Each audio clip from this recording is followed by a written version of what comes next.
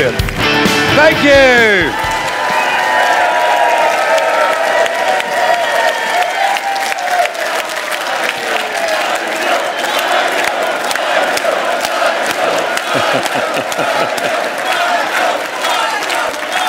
Hello, Peterborough!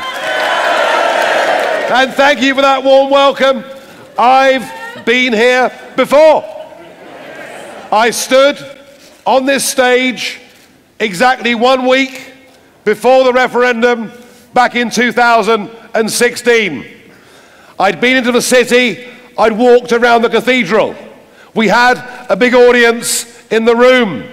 I shared the stage with a man called Stuart Jackson, who at the time was your Member of Parliament and a devoted Brexiteer. I think, in terms of public decency, he set a rather better example than his successor, who you decided so overwhelmingly to get rid of when 19,000 of you signed that recall petition, and well done you. Well done indeed. But if there was any constituency in the United Kingdom in which trust between politicians and the people had been more broken, I can't think of one in more crisis than Peterborough. Because you see, this constituency voted by 60% to leave the European Union. Quite right that you did. And the following year, well, you changed MPs. That was a mistake, but never mind. But you did vote for an MP, you had two choices, who said they would honour the result of the referendum.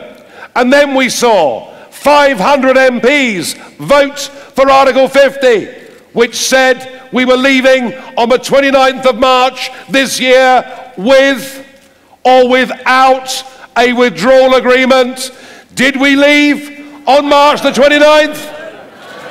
No, and what we've had is 3 years of broken promises, 3 years of our decision being constantly watered down, 3 years of being told we didn't know what we voted for.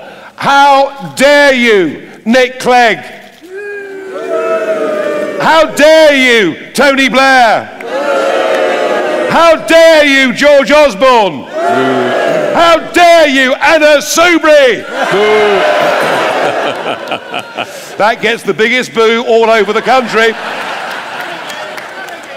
which may well indicate how wonderfully well her new political creation are going to do on the 23rd of May.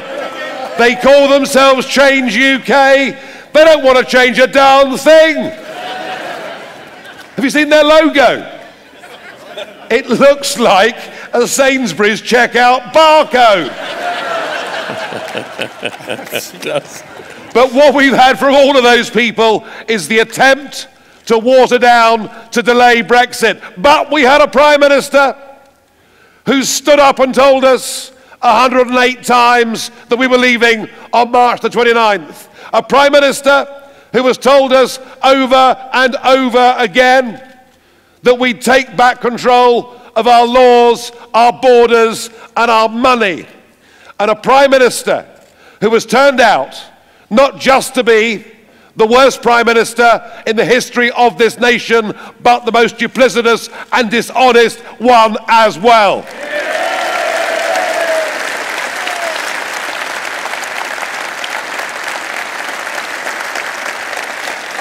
Her withdrawal treaty is something that would only ever be signed by a government that had been defeated in war. She has reduced us to a stage of national humiliation. She has made us a laughingstock in the eyes of the rest of the world, and yet her own gutless, spineless, career politician MPs haven't had the courage to get rid of her. Well, I've got a bit of advice here. I think if enough of us vote for the Brexit Party on May the 23rd, she'll be sent packing. Let's do it.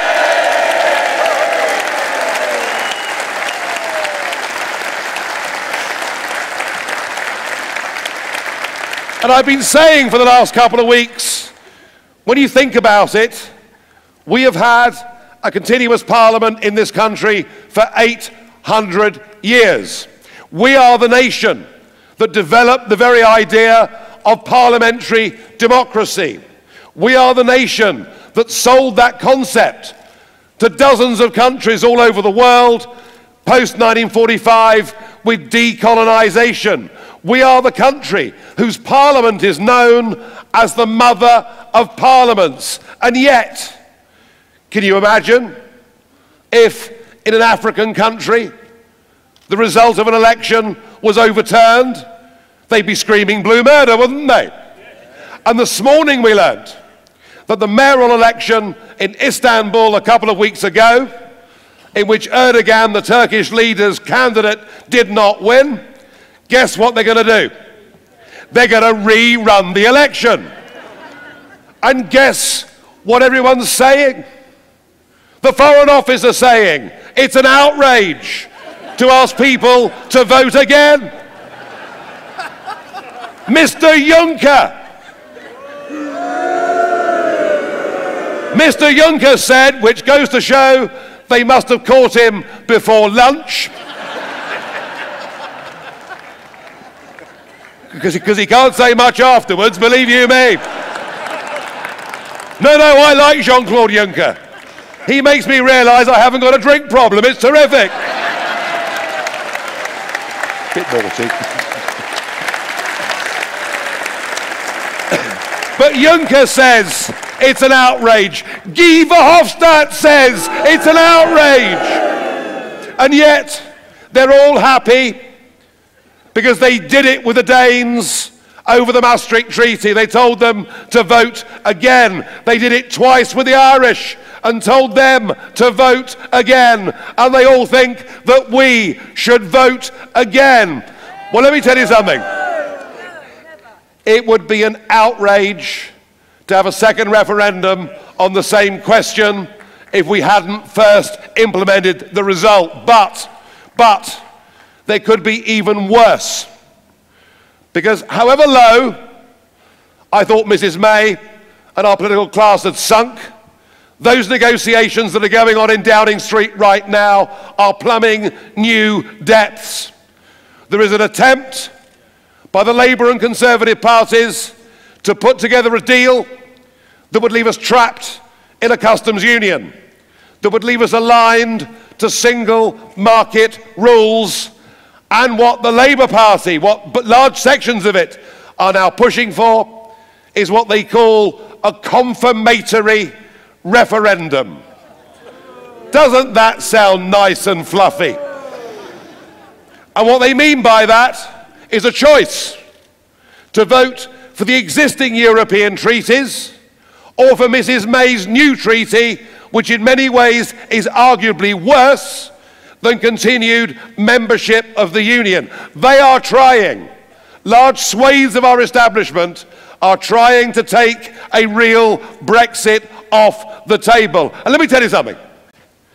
I did not spend 25 years of my life fighting and arguing that we should be a free, independent, self-governing, proud nation that reaches out to our real friends in the world. I didn't fight for that for 25 years to simply give up because our politicians don't respect the result of the referendum. And I got things wrong.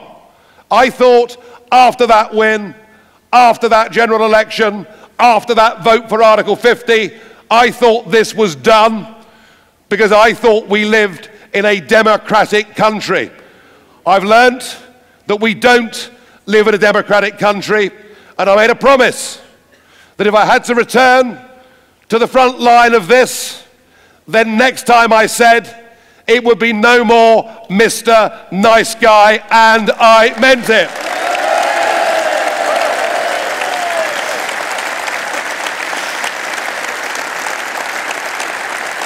This fight now is about far more than just leaving the European Union. This is a full-on battle against the establishment and the vested interests in this country. We need to change politics for good in this nation.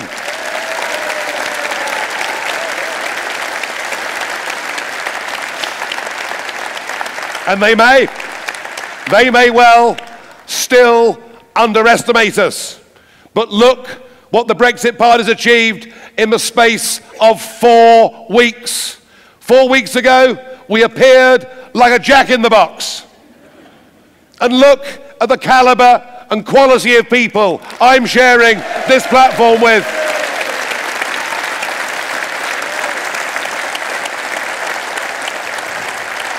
People from every walk of life, people from differing political backgrounds. We are fighting, ladies and gentlemen, for the very principle of whether we're to be a democratic, free nation. This is not about left or right. It's about right or wrong, and we have right on our side.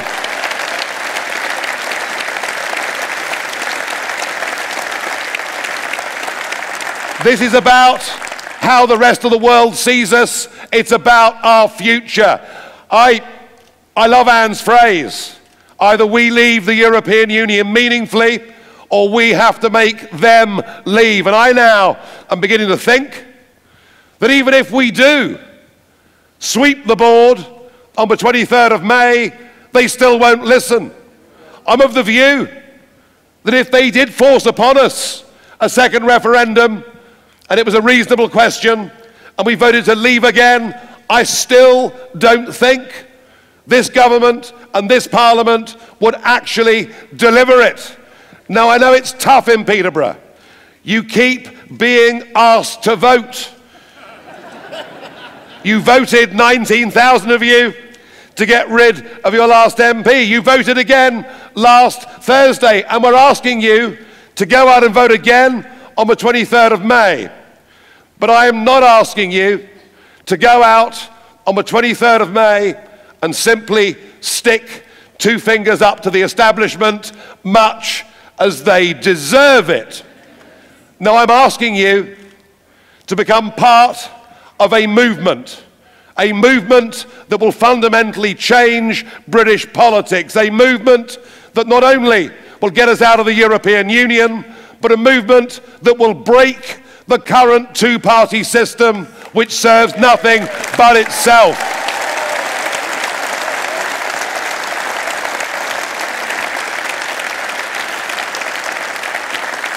We need to update and modernize our democracy in this country. We need to start being proud of who we are as a nation.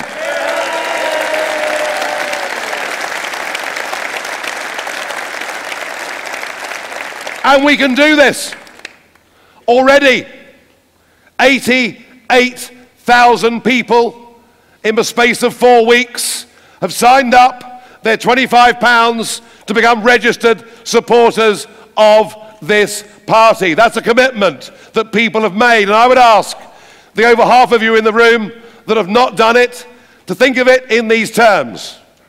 Joining up, signing up to the Brexit Party is the best investment you can ever make in the future of our great nation.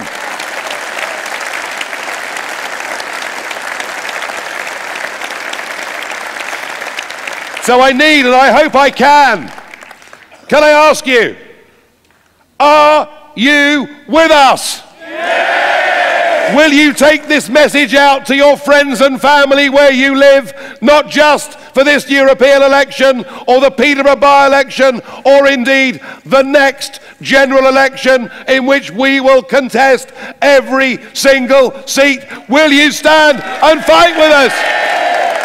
Give me a board. Will you help us change politics for good? Thank you very much.